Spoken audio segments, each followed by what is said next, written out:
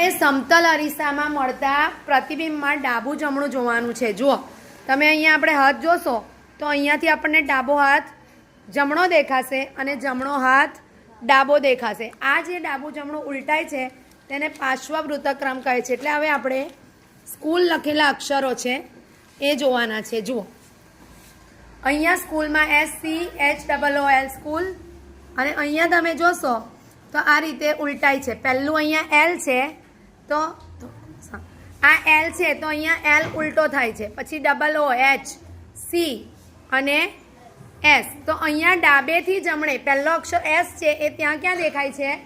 છેલ્લે। ક્યાં દેખાય છે?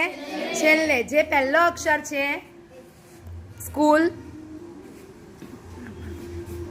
પહેલો અક્ષરમાં S જે છે એ અહીંયા છેલ્લો દેખાય છે, દેખાય છે। અને જે છેલ્લો અક્ષર છે L એ પહેલો દેખાય છે। એટલે ડાબી બાજુ જે વસ્તુ છે આ બાજુ જમણી બાજુ દેખાય છે અને જમણી બાજુ જે વસ્તુ છે એ ડાબી બાજુ દેખાય છે।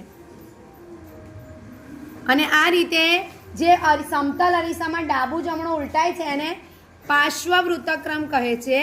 એવું જ આપણે બીજું જોઈએ એમ્બ્યુલન્સ। જુઓ પહેલો અક્ષર એ છે અને છેલ્લો અક્ષર ઈ છે તો અહીંયા પહેલું શું દેખાય છે? ઈ। અને એ ઈ પણ કેવો દેખાય છે? ઉલટો દેખાય છે। એની ડાબી જમણી બદલાય છે। ઈ બદલાય છે, સી બદલાય છે, એન બદલાય છે। એ બદલાયો?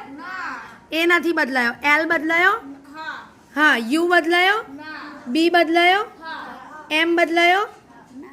ના। અને એ નહીં બદલાયો। એટલે જેની અંદર ડાબી જમણી દિશા જુદી જુદી હોય એની ડાબી જમણી દિશા બદલાય છે અને એને પાર્શ્વવૃત્તક્રમ કહે છે।